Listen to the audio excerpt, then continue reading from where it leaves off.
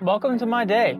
It's been raining on and off all day. And despite the intermittent rain clouds, I've had a job to do. And it took me 3 hours. But you know, being a drone pilot is weather dependent work.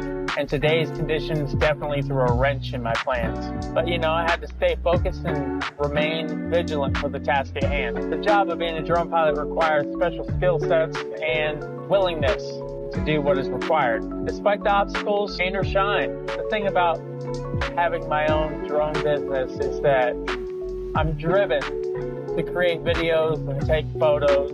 So I just got to be committed and patient and believe that the rewards are worth the effort. Today's job is a good reminder of the importance of preparing for every condition or situation. And while I was definitely frustrated, I take comfort in knowing that I'm doing something important and that I get to learn something new every day about my craft and about myself. I know that deep in my soul, all my hard work will pay off eventually. So I got to keep going. Tsunami Air out.